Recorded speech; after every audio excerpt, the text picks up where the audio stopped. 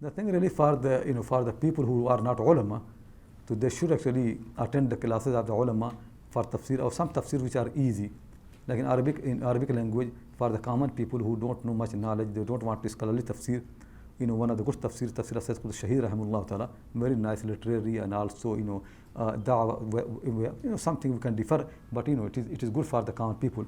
In Urdu language, we have got few tafsir which are very good, like tafsir of Mawla Madudi. Few things we can differ, but it is very good tafsir to help the people to understand the Quran. Tafsir of Mawla Amin Hassan Islahi Tadabbur al-Quran, that's also good. But for the people who are ulama, they should really make effort to learn those tafsir which can help them to understand the Quran properly. And for that purpose, three tafsirs are essential. If people have those three tafsirs, it will help them. So tafsir Tabari, tafsir of Imam Tabari, because it has collected all the riwayat and all the reports about the tafsir from the Sahaba, from the Tabi'een, and even from the Prophet ﷺ, and from the later people. Everything that you want to know any hadith about any athar, about any verse, you can find there. So for the tafsir ibn Ma'thur, the best one is tafsir Tabari. Ulama should start with that one. Then ulama also need to learn the language and the style of the Quran, what is the beauty in the Quran, what is the language, how the grammar works. For that purpose, the best one is Tafsir Kashaf al-Zamakhshari, the Mu'tazili. He is the best person to explain the language of the Quran and the beauty of the Quran, beside his bid'ah, which we don't agree with him, but in this matter, there is no tafsir equal to his tafsir. In the balagha and the bayan and the ma'ani and the nahw and sarf of the Quran, he was among the last people who were so great in Arabic language and grammar. Nobody equal to him in his time. Even later on, after that, you can find people like Ibn Hisham and all. But Ibn Hisham, nothing to do, nowhere equal to the Zamakhshari. The Zamakhshari is the last big man in the Arabic grammar and the language and the balagha and the ma'ani. So his tafsir really is the best in this matter. Third tafsir which also can help, which actually I don't like, but it can help, tafsir of Imam Razi. Tafsir Imam Razi has many problems. But one thing good is that any possibility that can come in mind, he will put there. Qila, so there can be 10 opinions.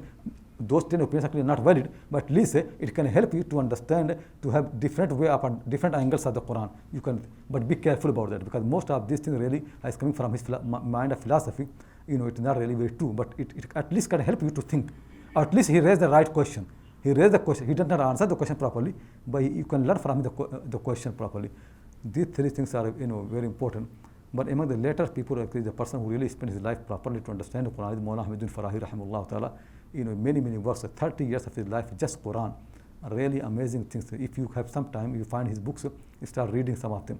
Like Ar-Ra'i Sahih fi Man Huwa Dhabih, Ima'an fi Aqsam al-Quran. Like Quran has so many qasam, wat-teen wal-zaytoon wal-asr. People don't know what it means really. The first person who really properly had discussed it in detail and proper argument to Mawlana Farahi. His book is Ima'an fi Aqsam al-Quran. Ar-Ra'i Sahih fi Man Huwa Dhabih. And then he wrote a book, because Imam Mawlana Farahi's way has been that the whole Quran is coherent and it is connected. So every surah of the Quran has connection with the surah before that and with the surah after that. And every verse has connection with the verse before that and after that. So nicely. And he is the one who explains so nicely to start reading his tafsir. He has written tafsir of many surahs, and he also wrote a book, Muqaddimah fi Tafsir Nizam al-Quran. This Muqaddimah is very helpful. It will help you how Quran actually should be interpreted. Actually, any book of Mawlana Farahi is helpful, because he is the person who really spent his life in this matter. So you can find many of his books online, and also you can buy. You start reading his book. Actually, he is a thinker. He will make you to think. He raises always a good question about Quran, that what does it mean, how this means. So many things I have been learning from him. For a long time we have been discussing that where Quran says, inna awwala baytin wudi'a lin-nas lalladhi bi Bakkah, first house. People have problem. Why first house? There must be most before that. Mawlana Farahi writes, inna awwala baytin wudi'a lin-nas ay li hajjin nas. First house for the Hajj. And then he proves that from the Quran itself, that meaning is the Hajj comes after that. So you can see very often he puts one word and solves all the problem. The many solutions like that. He's among the latest people. Actually, he's the best person. He spent his time in all life, and he was a very pious person. To piety and the knowledge, both help him to understand. He is a person who really think the essential message of the Quran is Salah and Sabr. Quran has come to teach people the Salah, and the people who have seen him, like Majid Ibadi Rahmanullah, he used to say, among all the people I met, I never have seen anybody praying so nicely as Mawlana Farahi and Akbar al-Habadi. Though Mawlana Majid Ibadi actually accompanies so much with Mawlana Thanvi and Mawlana Muslim Madani. But he said, among all the people I met and I accompanied, I never have seen anybody praying so nicely as Maulana Farahi and Akbar al-Habadi. People say when people used to go to Shibli Manzil to visit Maulana Shibli Nomani, Shibli is alim anyway, but in minor literature and poetry, to not so much about the prayer. People used to pray on the time, but not so. But as soon as Maulana Farahi comes, everybody about wudu, prayer, and everybody is so nice. So Maulana Farahi is very so deep. And how he explained the prayer, I never have seen anybody explain the prayer as deep as him. Inshallah, if you have time, sometime to inshallah explain what Maulana Farahi is thinking about the prayer. Then you love the prayer, what the prayer is. The explanation, his prayer explanation, the best explanation of the prayer.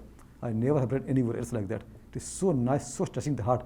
You love to pray. After reading that, the only thing you like in life is to pray. The prayer is so nice after his description. He's the best person in this matter.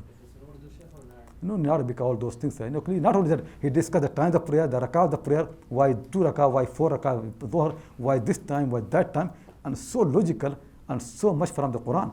You just love.